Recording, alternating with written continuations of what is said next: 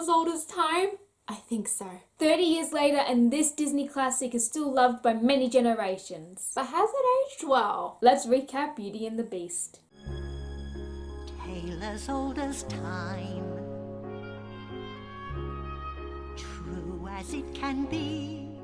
In a kingdom far, far away, I'm pretty sure it was in France, an enchantress disguised as a beggar shows up at a young prince's castle, begging for shelter from the storm outside. She offered the young prince a rose in exchange for shelter, but after the young prince saw her horrid appearance, he refused to let her in. After this rude action, the enchantress reveals her true beautiful self and curses the prince into a foul, hideous beast, and all the servants into household objects. Like spoons and teapots and chairs and, well, you get the picture. The only way that the spell could be reversed is if he could learn to love another and have that person love him in return.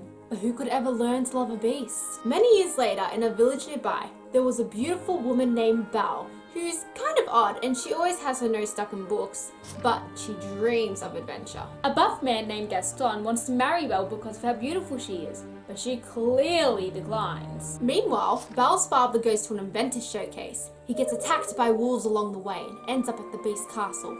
There, the beast imprisons him for trespassing. When her father's horse returned without him, Belle finds her way to the palace and offers to take his place as prisoner to the beast. And the rest is a tale as old as time. So 30 years from the initial release, there's a few things that we've come to realise that can be a bit problematic with the story. Or just downright iffy. For example, the Enchantress. Is she a good person or a bad person? Because if you go back to the song Be Our Guest, there is a lyric that says they've been rotting like this for 10 years. They've been changed for 10 years. So in theory, if Beast had to find someone before his 21st birthday, and they've been like this for 10 years... Are you meaning to tell us that she cursed him when he was like 11? It's like a child. I can get it, yeah, he was probably a bit mean and all of that, but I mean, he's like a 10 to 11-year-old boy. And hey, when a stranger comes up to your castle and offers a rose in exchange for shelter, that's a little bit weird. And just on a theory level, he didn't have any parents there with him, so it could have either been like he lost them young and he's just not dealing very well, or he lost them more recently and is going through grief, which explains why he was so cranky. I think I'm feeling a little bit sorry for Adam. His name's Adam, by the way. Yeah, they don't mention it, but that's his name. Also, why did the Enchantress curse all of his servants? It's not like they did anything wrong. Just thinking of like the poor person that like came in for their first day. It's my first day on the job. Gets turned into like a rubber glove or something. So yeah, come on, I think she was a villain. Also, there was a bit of a strange thought to think, did Belle know Beast was human, or did she just fall in love with an animal?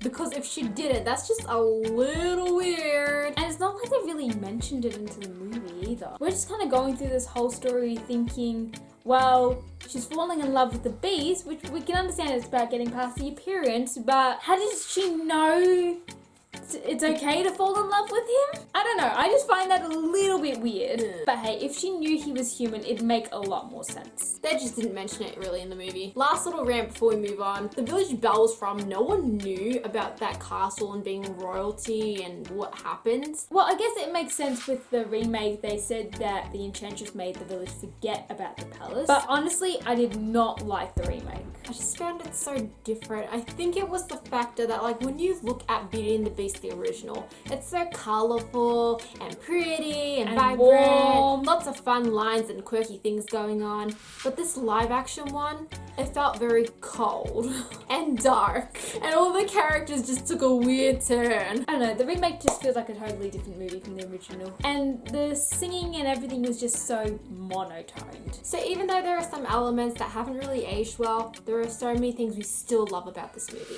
Beauty and the Beast is just one of those golden age Disney movies. When you hear those first few notes of the prologue, your mind, your heart instantly melts and you feel so at home and comfortable watching this movie. And the growing love between Belle and the Beast that started off as enemies to acquaintances to friendships to becoming the perfect couple. Even though there are some flaws in the relationship, it is definitely a beautiful love story. I also love the fact that Belle was just an ordinary girl with an ordinary life who became a princess at the end. But I still do feel sorry for her because she wanted adventure, but her only adventure was being more cooped up than she was to begin with. But then the Beast was her adventure. So happy 30 years to you, Beauty and the Beast. You're still a tale as old as time. Thank you everyone for watching, and we'll see you in our next review.